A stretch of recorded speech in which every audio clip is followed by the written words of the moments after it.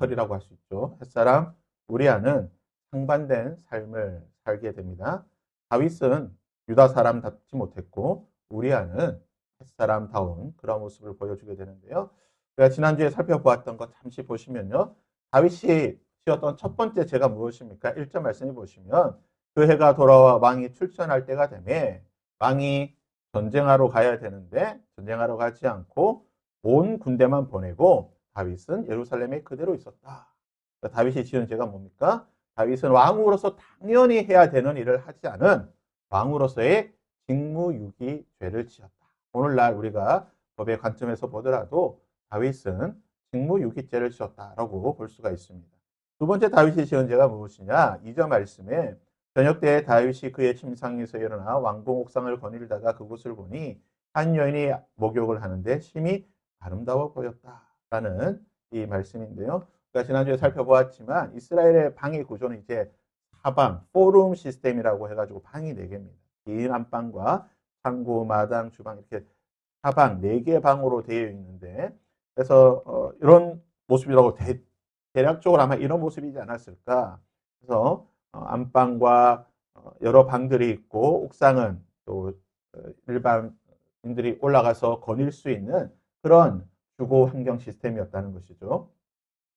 그리고 다윗성의 구조를 보게 되면 이 예루살렘이 해발 700m의 고도에 있는 산성에 있다 보니까 경사진 곳에 다윗성이 구축이 되어 있습니다. 그래서 왕궁은 가장 높은 곳에 있고 그 아래쪽으로 계단식으로 집들이 구성이 되어 있는데 그렇다면 이 다윗성 가장 주변에 있던 이 파란색으로 표시되어 있는 이 부근에 아마 다윗의 가장 측근이라고 할 수 있는 우리아와 그리고 뭐 요압이라든지 또는 30인 용사라든지 많은 사람들이 아마 이 부근에서 살았을 것입니다. 그래서 오늘 말씀에 기록된 대로 저녁 시간 다윗이 오후에 낮잠을 자고 일어나서 저녁 해질쯤에 왕궁 옥상을 거닐었을 때의 모습이 바로 이러한 모습이었지 않았을까. 그래서 다윗이 볼 때에 바로 자신의 왕궁 인근에 있던 우리아 집에서 목욕을 하고 있는 바세바를 아마 이런 모습으로 바라보지 않았을까라고 추측을 할 수가 있습니다.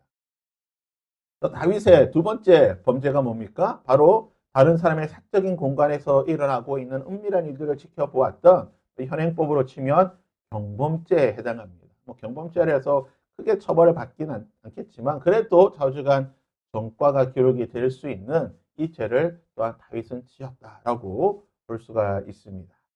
자, 그러면 이제 오늘은 과연 이제 다윗의 여러 범죄 중에 다윗이 우리아와 또한 바세바와의 이런 여러 관계들 속에서 과연 다윗이 정말 생뚱맞게 전혀 모르는 사람, 정말 남남인 사람과 이런 악한 일을 저질렀는가? 아니면 다윗과 우리아, 다윗과 바세바 이 관계는 어떤 관계가 있는가? 오늘 말씀을 계속 한번 살펴보면서 다윗의 범죄가 얼마나 악한 범죄인지를 다시 한번 좀 살펴보도록 하겠습니다. 자, 1번 우리아의 출신지. 우리아는 어느 사람, 어느 출신이라고 성경은 말하고 있습니까? 3절 말씀 함께 읽어볼까요? 시작. 다윗이 사람을 보내 그 여인을 알아보게 하였더니 그가 알아되 그는 엘리암의 딸이요 햇사람 우리아의 아내 바세바가 아니니까. 우리아를 어디 사람이라고 말합니까? 햇사람이라고 말합니다. 햇사람. 우리아라고 하는 이름 자체는 히브리식 이름이에요. 그러니까 아마 우리아의 본명은 아니었을 겁니다. 왜냐하면 햇사람이기 때문에 아마 우리아의 이름은 다른 이름이었을 것인데 우리아가 개종을 하면서 귀화를 하면서 아마 이름을 우리아 히브리식 이름을 우리아로 바꾸게 되는데 우리아라고 하는 이름의 뜻은 여호와는 나의 빛. 그러니까 이름에서 알 수 있듯이 우리아는요 굉장히 신앙적인 사람이에요. 믿음의 사람이에요. 자, 그가 헷 족속이라고 말하는데 영어 성경은 이제 히타이트라고 말합니다. 히타이트 족속. 히타이트라고 하는 것이 굉장히 유명한 제국입니다. 오리엔트 3대 제국 가운데에 애국과 아시리아와 히타이트 이 세 제국이 고대 근동에서 가장 유명한 제국 중에 하나였는데요. 자, 헷 족속 이 히타이트 우리아가 출신이라고 할 수 있는 헷 족속 히타이트 제국은 어떤 제국이냐? 기원전 17세기에서 12세기경 그러니까 다윗 시대 전까지 모세 시대 이전부터 그리고 다윗 시대 전까지 아나톨리아, 현 튀르키예, 터키에서 번성한 제국입니다. 가장 먼저 철기 문화를 이룩한 나라이고 히타이트의 가장 유명한 것은 이 철병거였습니다. 이 철병거와 철제 무기를 앞세워서 이집트를 그리고 아시리아를 함께 공격하면서 오리엔트 3대 제국으로 군림했던 최초의 철기 문명을 가지고 있다. 우리로 치면 미국과 비슷한 그런 문명과 어떤 그런 수준을 가지고 있던 나라예요. 수도 하투샤를 중심으로 강력한 중앙 집권 체제를 이뤘고 애국과 이집트와 카데시 전투를 치릅니다. 이 고대 근동에서 가장 중요한 전투 중에 하나가 이 카데시 전투인데 이 전쟁 람세스 2세와 치렀던 전쟁인데요. 이 전쟁을 통해서 세계 최초의 평화 조약, 그러니까 전쟁을 하고 난 뒤에 양 당사국이 평화 협정을 최초로 맺었습니다. 물론 이전에도 맺었겠지만 공식적인 기록으로 남아 있는 것이 바로 이집트와 히타이트 제국 사이에 맺은 평화 협정 조약입니다. 지도를 보시면요, 지금 이렇게 연두색으로 표시된 것이 히타이트 제국이에요. 보시다시피 터키와 그리고 팔레스타인 지역이죠. 그 가나안 지역까지 그리고 지금으로 치면 어디라고 볼까요? 그 우크라이나 고 인근까지 쭉 해서 굉장히 광대한 지역을 다스리고 있던 나라가 바로 히타이트 제국이다. 헷 족속이라는 거예요. 그러니까 우리가 성경에서 가나안 7족속 가운데 헷 족속이라고 하니까 굉장히 약한 족속이라고 생각하겠지만 이 광대한 지역에 분포되어 있던 헷 족속 중에 일부가 가나안, 지도에서 보듯이 가나안까지 내려와게 됐고 이곳에 있던 남아있던 족속이 바로 가나안의 7족속 가운데 하나인 헷 족속이다라고 보시면 됩니다. 이것이 이제 카데시 전투입니다. 이집트 람세스 2세와 히타이트 제국의 전쟁인데요. 지도에서 이 그림에서 실제로 남아있는 그림이에요. 실제로 이 그림에서 보듯이 지금 가장 크게 그려진 인물이 누굴까요? 람세스 2세입니다. 람세스 2세가 병거를 타고 활을 쏘면서 히타이트 제국과 전쟁을 하고 있는 장면을 그렸고 이집트에 가시게 되면 여러 이제 부조물들이 있는데 그 부조물 가운데 람세스 2세를 기리는 그 신전에 가시게 되면 람세스 2세가 히타이트를 이렇게 머리를 밟고 있는 창을 들고 있는 사람이 바로 람세스 2세고 창에 찔리고 그리고 발에 밟히는 사람들이 이제 히타이트 제국인데 이 전쟁을 통해서 실제로 이제 평화 협정을 맺긴 하였지만 이집트 입장에서 우리가 승리한 전쟁이다. 람세스 2세의 뭐 공적이다로 이렇게 표시하기 위해서 내놓은 겁니다. 이것이 바로 이제 그 유명한 이집트와 히타이트의 평화 조약을 맺은 고고학적 발굴 유물이에요. 이 쐐기 문자로 남아있는 히타이트는 이제 쐐기 문자를 쓰는 민족이었는데 이 진흙판에다가 그 내용들을 기록해서 남겨놓은 것입니다. 성경에서 보게 되는 헷 족속, 히타이트 족속은 크게 이제 두 가지 부류로 생각할 수 있습니다. 가나안 족속으로서의 히타이트를 부족으로 생각할 수가 있는데 아브라함이 막벨라 굴을 살 때에 아브라함이 갈대아 우르 이란 쪽에 있다가 갈대아 우르를 통과해서 가나안 땅에 들어왔을 때에 그곳에서 막벨라 굴을 사게 됩니다. 그 막벨라 굴을 살 때 누구를 만나게 되냐? 햇사람을 만나게. 이 햇사람이 바로 누굽니까? 그래서 이미 아브라함 시대 때부터 이 히타이트 민족은 이 고대 근동에 아주 넓게 흩어지고 분포해 있던 그룹들이다. 그리고 이제 다윗 시대 때 볼 수 있는 헷 족속이 있죠. 바로 우리아와 같이 비록 제국은 멸망하였지만 왜냐하면 기원전 12세기 다윗 시대 이전에 이 제국이 멸망했기 때문에 제국은 무너졌지만 여전히 사람들이 남아 있으니까 이 무너진 제국 가운데 곳곳에 분포해 있던 그 헷 족속들 중에 일부는 이제 뭐 방랑인으로 이렇게 쭉 돌아다녔겠지만 일부는 우리아처럼 특정 세력에 귀화하고 기순해서 그들과 정착하면서 새로운 민족의 출발을 하게 되는데 우리아가 바로 그와 같은 경우라고 볼 수가 있습니다. 그렇다면 우리아는 히타이트 헷 족속이기 때문에 그런 강성한 제국 출신이다 보니까 아마 군사적인 훈련이라든지 또는 어떤 군인으로서의 능력이 탁월했던 것 같아요. 성경을 보게 되면 우리아는 단순하게 오늘 말씀에 나오듯이 그냥 뭐 활에 맞아 죽었으니까 뭐 별 볼 일 없는 뭐 군사 중에 한 명이 있다 생각하겠지만 그렇지 않아요. 우리아는 굉장히 중요한 다윗 군대의 핵심적인 사람이었습니다. 그의 이름이 여호와의 은하의 빛이라는 뜻에서 알 수 있듯이 그는 단순히 용병이 아니라 아마 비순하고 귀화해서 우리 뭐 연예인 중에 누가 연예인 중 그런 사람도 있죠. 좀 이다도시 같이 프랑스인이었지만 귀화했 이거 똑같은 거예요. 용병이 아니라 그냥 귀화를 하고 귀순을 하고 소위 말하는 여호와 종교를 믿었던 이스라엘 백성들과 거의 동일한 수준의 그러한 삶을 살았던 사람이 바로 우리아라는 것입니다.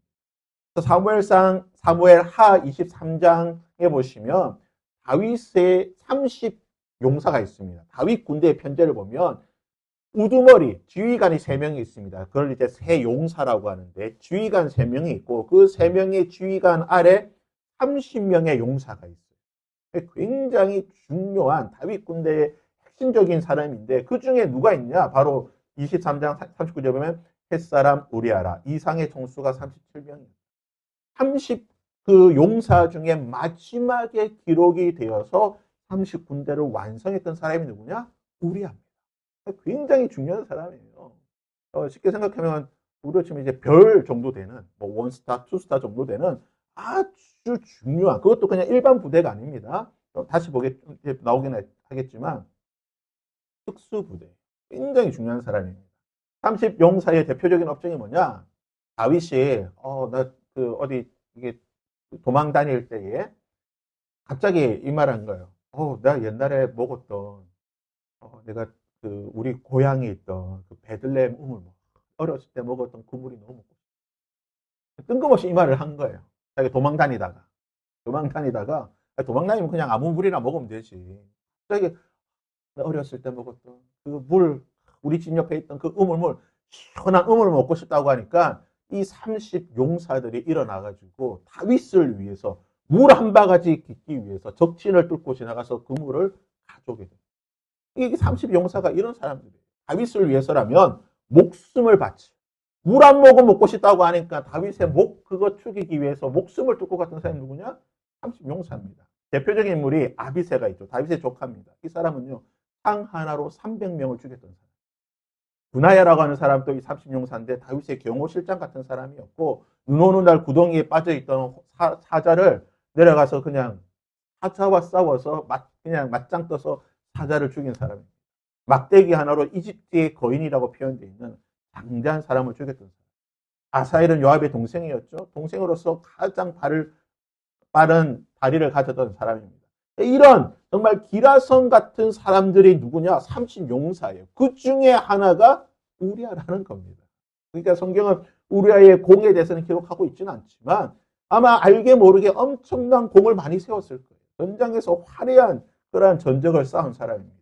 다윗 군대 편제에서 가장 최정의 엘리트 부대이자 가장 명예로운 직책이에요. 어떻게 보면 다윗 왕국이 세워지는 데에 개국 공신입니다. 우리아가 있었기 때문에 다윗 왕국이 세워질 수 있었고 다윗이 온 이스라엘 가운데 왕으로서 군림할 수 있는데 아주 큰 역할을 한 사람이 바로 우리아라는 거예요. 우리아를 우리가 아주 과소평가해서는 안 됩니다. 너무나 중요한 사람이에요. 어떻게 보면 다윗 군대의 핵심이었다. 그래서 그 우리아에 관한 유대의 전승이 있습니다. 미드라시라고 하는 우리가 보는 이제 탈무드 아시죠? 탈무드가 이제 미드라시의 일종인데 탈무드는 이제 지혜, 생활에 관한 것들이고 이 미드라시는 이제 성경에 관한 율법에 관한 내용들을 가르쳐 주는 것인데 우리아에 관해서 유대의 전승, 그러니까 전설이 있습니다. 미드라시는 어떻게 말하고 있느냐? 우리아의 출신, 이 사람이 헷 족속, 히타이트 족속이니까 아마 처음에는 이 전승이 이래요. 골리앗의 무기 잡는 자였다라고 말해요. 그러니까 유대 전승에는. 그러니까 우리아가 골리앗의 무기 잡는 자였는데 다윗이 어린 시절에 그 골리앗을 잡는 것을 보고 그 용맹스럽게 그 10대 소년이 그 골리앗과의 쫄지도 않고 그 싸워서 죽이는 것을 보고 와 멋있다. 내가 따르고 내가 성교할 될 사람이 이 사람이다.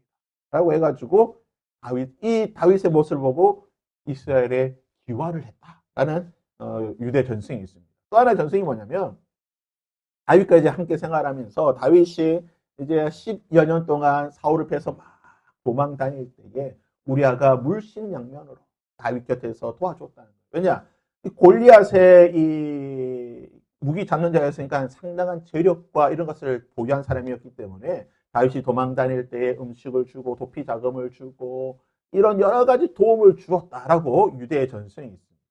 또 어떤 전승이 있냐면 이 당시 이제 전쟁에 나가게 되면 사람이 결혼해서 전쟁을 나갔을 경우에 전쟁에서 죽으면은 이 여자가 이제 과부가 되잖아요. 과부가 되면은 결혼을 못 해요. 또 이 재혼을 못 하기 때문에 이 여자가 내가 죽더라도 내 아내가 재혼해서 새로운 삶을 살기 위해서는 전쟁 나가기 전에 먼저 이혼을 해야 돼요. 조건부 이혼이에요. 그러니까 전쟁 나갈 때 이혼하고 살아서 돌아오면 다시 이혼 무효하는 거예요. 왜냐? 전쟁 나가서 내가 죽으면 이 사람은 이혼녀이기 때문에 다시 시집을 갈 수가 있는 거예요. 그래가지고 아마 우리아가 전쟁 나가기 전에 이런 조건부 이혼 증서를 써주었을 것이다. 그래서 다윗이 우리아의 아내 바세바와 이렇게 그런 부정한 일을 했던 것이 나쁜 일이 아니다. 왜냐? 이때는 유부녀가 아니다. 법적으로는 이혼녀이기 때문에 다윗이 문제가 없다라고 다윗을 변호하기 위해서 아마 이 유대 전승에서는 이런 이야기들을 만들어내지 않았을까. 뭐 만든 건지 아닌지 모르겠지만 이런 전승이 있다는 거예요. 다음에 우리아가 아까 보았듯이 이방인이잖아요. 성경에는 이방인을 뜻하는 단어가 세 단어가 있습니다. 첫 번째 이제 고이라고 하는 단어인데 이것은 말 그대로 이방인이에요. 유대인과 이방인 할 때 나오는 그 이방인. 다음 보편 명사, 보통 명사로 이방인이라고 표현할 때 이 고이라고 하는 단어를 쓰게 됩니다.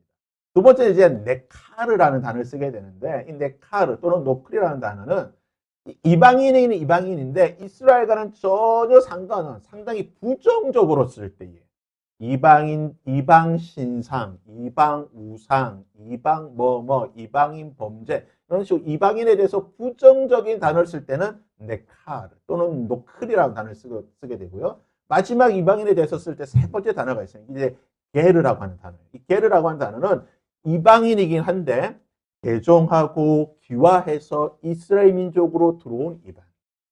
제가 봤을 때 이다도시라 이런 외국인이었지만 개종하고 기순해서 들어온 사람들을 이제 이방인이긴 하지만 유대인, 그런 게르라고 표현하게 되어 있습니다. 그래서 우리아는 어떤 이방인이냐? 게르예요, 게르.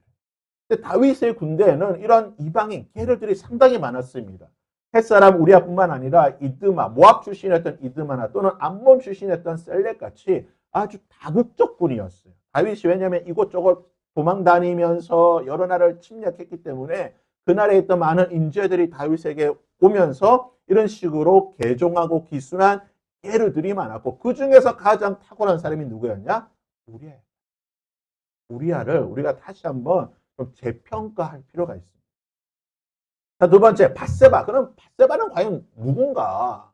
도대체 밧세바는 누구길래 이런 다윗 군대의 핵심적인 우리아와 결혼을 할 수 있었을까? 밧세바의 정체가 뭡니까? 3절 다시 한번 읽어볼까요? 우리 3절 함께 읽습니다. 시작. 다윗이 사람을 보내 그 여인을 알아보게 하였더니 그가 아뢰되 그는 엘리암의 딸이요 햇사람의 아내 햇사람 우리아의 아내 밧세바가 아니니까. 밧세바가 누구의 딸이라고 말합니까? 엘리암의 딸이다. 성경을 보면 이 엘리암이 누구냐고 말하면 아히도멜의 아들 엘리암이라고 말합니다. 이 아히도멜이 누구냐? 아히도멜은 다윗 군대의 모사, 책사였어요. 삼국지에 보면 유비에게는 누가 있습니까? 제갈 공명이 있잖아요. 송곤에게는 주유가 있듯이. 이처럼 이 자신의 브레인, 책사가 있는데 다윗의 책사가 누구였냐? 바로 아히도멜이에요.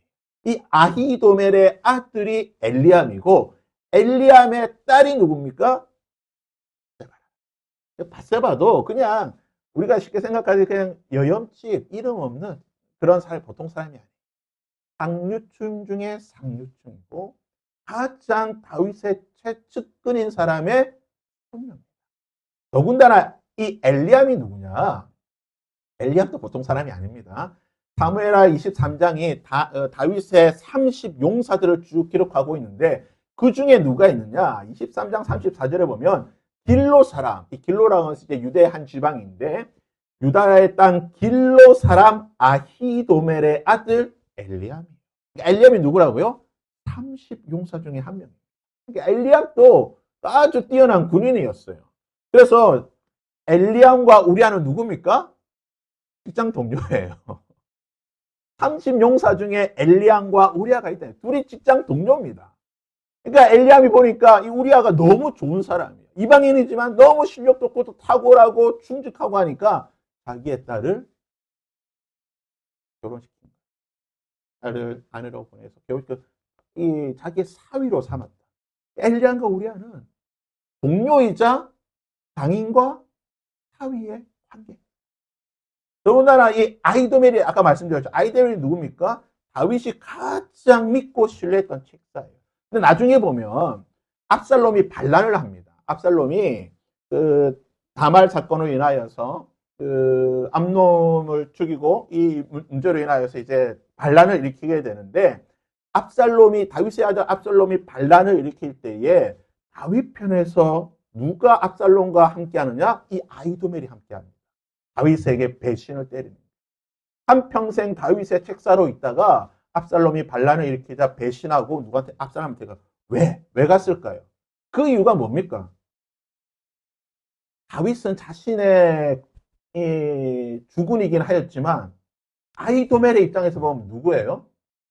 자신의 손녀인 바세바의 남편인 우리아를 죽이고 그리고 이 바세바와 결혼을 한 어떻게 보면 아히도멜의 입장에서는 정말 피가 거꾸로 솟는 거 아니에요? 자신의 손녀의 가정을 박살낸 사람이에요. 자기의 아들의 그 명예를 짓밟은 사람이에요. 자신의 가문을 치욕스럽게 만든 사람이 누구냐? 그러니까 아히도멜은 그냥 칼을 갈았던 거야. 내가 반드시 복수를 할 것이다. 내 손자 사위 그리고 내 손녀 그리고 내 아들 내 가문의 이 명예를 내가 반드시 복수할 것이라고 아마 칼을 갈고 있다가 압살롬이 반란하게 되자 가장 먼저 압살롬 편에 가가지고 다윗을 배신하고 다윗을 죽음의 순간 그 죽기 직전까지 몰아붙이게 됩니다. 사실 나중에 우리가 살펴보긴 하겠지만 다윗을 궁지로 몰아넣어요. 압살롬에게 어떤 책량을 내냐? 압살롬에게 이런 책량을 내죠. 다윗이 도망갔으니까 지금 다윗 궁에 가가지고 그 궁에 남아있던 후궁들과 동침해. 그러면 네가 아버지의 왕권을 가져온 것을 나타낼 수 있다. 뭡니까? 내 손녀의 그 명예를 더럽힌 복수를 한 거예요. 이 책량을 내준 거예요. 두 번째 어떤 책량을 내냐? 지금 다윗이 지쳐 있으니까 당장 내가 군대 12,000명 끌고 갈 테니까 내가 군대를 소집할 테니까 허락만 해달라. 내가 가가지고 오늘 밤에 다윗을 죽여버리겠다. 허락해달라. 했는데 이 아히도멜이 그 압살롬이 이것을 허락하지 않아요. 다윗이 심어놓았던 후세라고 하는 이 사람이 지금 그렇게 하면 우리 지금 너무 지쳐있으니까 오늘 하룻밤 쉬고 다윗도 지금 어디 도망 못 가니까 우리가 하룻밤 쉬고 가도 아무런 문제 없다. 이 말을 하게 되니까 이 일이 제대로 안 되겠구나 생각해서 아히도멜이 스스로 목숨을 끊게 되는 거예요. 그러니까 이 밧세바도 보통 사람이 아닙니다. 이 가계도를 보시면 이렇다고 보시면 돼요. 아히도멜, 다윗의 최고의 좋은 자, 최고의 비서였죠. 아히도멜의 아들이 엘리암이고 이 사람은 30용사입니다. 엘리암의 딸이 밧세바예요. 밧세바와 우리아가 결혼하게도 우리아는 엘리암과 직장 동료이자 또 사위와 장인의 관계죠. 그리고 이 밧세바가 다윗 사이에서 누굴 낳게 됩니까? 솔로몬을 낳게 됩니다. 참 어떻게 보면 이 가계도를 보면 참 눈물 나죠. 안타깝고 어떻게 보면 굉장히 비극적인 그러한 가계도라고 볼 수가 있습니다. 그래서 우리가 지금 우리아와 밧세바의 이 성경에서 관계를 봤는데요. 다윗은요 아주 나쁜 사람이에요. 어떻게 보면 자신을 가장 신뢰하고 믿었던 사람들을 그냥 아무 자신과 상관없는 사람을 그렇게 죽이고 해코지한 게 아니라 자신을 위해 목숨을 내놓았던 사람, 자신을 가장 믿고 신뢰했던 사람, 자신을 믿고 한평생을 따랐던 사람을 아히도멜, 엘리야, 우리야 이 세 사람을 배신하고 자신의 죄를 지었던 사람이 누구냐? 다윗이. 그래서 다윗의 범죄가 뭐냐? 이걸 이제 정리해 볼 텐데요. 4절, 8절, 15절입니다. 다윗이 전령을 보내어 그 여자를 자기에게로 데려오게 하고 그 여자가 그 부정함을 깨끗하게 함으로 더불어 동침하며 그가 또 우리아에게 이르되 내 집으로 내려가서 발을 씻으라 하니 우리아가 왕궁에서 나가매 왕의 음식물이 뒤따라가니라. 그 편지를 써서 이르기를 너희가 우리아를 맹렬한 싸움에 앞세워 두고 너희는 뒤로 물러가서 그로 맞아. 다윗의 죄가 뭡니까? 첫 번째는 뭡니까? 우리아와 간음한 죄죠. 형법 제303조입니다. 제303조에 보면 여러분이 이제 잠시 재판관이라 판사라 생각하시고 아니면 배심원단이라 생각하시고 다윗의 범죄를 한번 판단해 보시기 바랍니다. 첫 번째 다윗의 죄가 뭐냐? 위력에 의한 간음죄입니다. 형법 제303조에 보면 자신의 지위와 힘을 이용해서 간음한 것을 이 죄라고 규정하고 있는데요. 다윗은 왕이라고 하는 절대적이고 압도적인 지위를 위해서 밧세바라고 하는 여인의 성적 자기 결정권을 침해하게 됩니다. 오늘 본문 말씀에 보면 그 여자가 부정함을 깨끗하게 했다고 나오게 되어 있죠. 성경에 보면 여자가 부정할 때는 딱 두 종류입니다. 그렇죠? 생리할 때 그리고 출산할 때. 이 아마 생리했던 것 같아요. 그래서 생리가 일주일 끝나고 나면 일주일 동안 부정하게 되는데 일주일 끝나고 나면 여인은 제사장한테 가서 제물을 드리고 정결함을 얻게 됩니다. 하나님 앞에 나가서 제사 드리고 정결함을 얻어서 깨끗해지자마자 다윗이 데려와서 이런 부정한 일을 저질렀다. 굉장히 다윗이 치밀하고 아주 계획적인 계획범죄입니다. 이것은 한순간 한 게 아니야. 아주 계획범죄예요. 위력에 의한 간음죄. 그 다음에 형법 우리가 살펴볼 직권남용죄. 형법 123조에 보면 국가 통수권자인 왕이 군사적 작전이라고 하는 직권을 남용해서 누굴 죽입니까? 우리아를 죽이는 거예요. 자신의 힘을 이용해서 이 직권을 남용하는 이 죄를 저질렀죠. 증거인멸죄도 있습니다. 형법 제 155조에 보면 요압에게 편지를 우리아를 죽게 만들죠. 왜냐? 자신의 부정을 감추기 위해서 우리아를 죽게 만들었던 이 증거를 인멸하고 증거인멸을 교사라는 이 악한 죄를 저질렀다는 거예요. 자기의 성범죄 증인을 없애려고 하는 증거를 인멸하려고 하는 죄를 지었습니다. 위증죄도 있습니다. 형법 152조입니다. 요압에게 허위 진술을 강요합니다. 걱정하지 마라. 우리 요압이 뭐라고 말합니까? 아, 전쟁에 졌는데 뭐 왕이 시킨 거 아닙니까? 저는 잘못하면 우리아가 죽은 거 왕이 시킨 겁니다. 이런 허위 진술을 위증하도록 강요했다는 겁니다. 또 뭐가 있습니까? 범죄 도피 교사죄가 있습니다. 형법 151조입니다. 범죄를 도피하기 위해, 그러니까 자신의 죄와 이것으로부터 도피하기 위해서 요압에게 도움을 청하죠. 자신의 죄를 가리기 위해서 요압에게 도움을 청하고 요압에게 지시했던 범죄 도피 교사죄라고 하는 것도 있습니다. 형법 137조에 보면 위계에 의한 공무집회 방해도 있습니다. 왕으로서 공식적인 보고 체계가 아니라 몰래 편지 써가지고 우리아를 죽게 만들고 우리아가 죽은 것이 단순하게 그냥 사고인 것처럼 위장하도록 또 보고하고 이 공무집행을 방해한 이 죄도 있다는 거예요. 마지막으로 결정적이죠. 형법 제35조 250조 보면 살인교사죄가 있습니다. 직접 우리아를 죽지 않았지만 명령했죠. 편지를 써가지고 죽게 만들었던 거예요. 살인교사죄입니다. 그래서 형법에 따르면 우리나라 법에 따르면 성경법이 아니라 우리나라 법에 따르면 이런 여러 가지 법이 있어요. 살인교사죄, 위력에 의한 간음죄, 증거인멸죄, 범인도피죄 온갖 범죄들이 이때 다 있는 거예요. 그래서 우리나라 법에 따라서 만약에 다윗의 죄를 쾅쾅쾅 하면 어떻게 내릴 수 있을까요? 최소 징역 15년에서 최대 징역까지. 왕이기 때문에 더군다나 법은 뭡니까? 가중처벌. 죄가 많으면 많을수록 가중처벌이기 때문에 최소 징역 15년에서 사형까지. 백미나이가 이렇게 내릴 수 있다고 판결을 해주더라고요. 모세오경에 따르면 이건 우리가 법이고 모세오경에 따르면 관음죄는요. 성경은 어떻게 하도 되어 있습니까? 반드시 죽이라. 돌로 쳐 죽이라.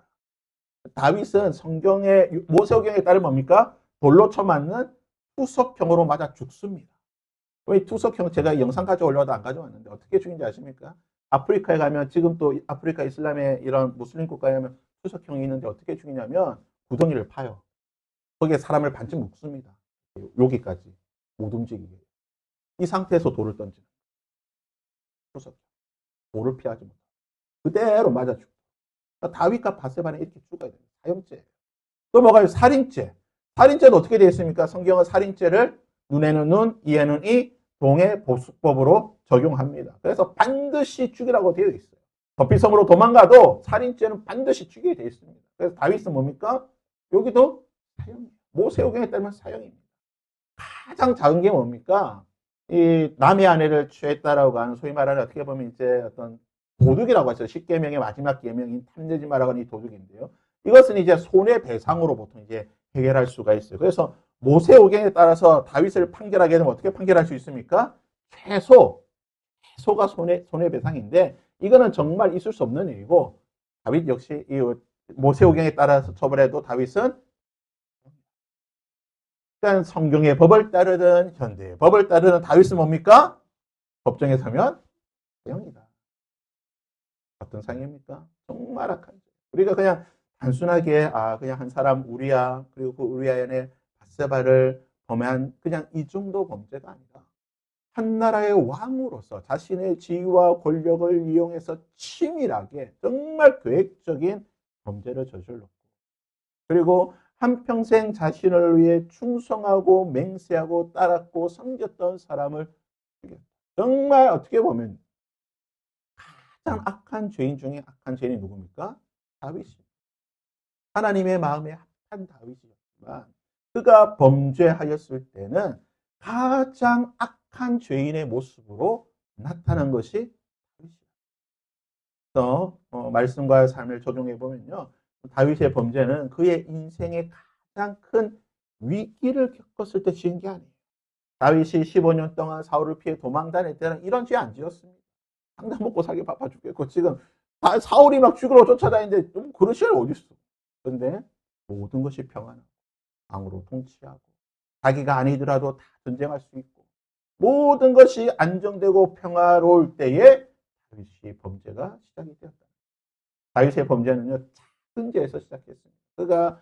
그가 자신이 해야 될 그 직무를 유기했던 그 일에서부터 시작해가지고 그것이 점점 눈덩이처럼 불어나서 결국은 사람을 죽이고 하나님을 배신하는 상 사망에 이르는 악한 죄를 지었다는 것을 보게 됩니다. 죄라고 하는 것은요 결코 멀리 있지 않습니다.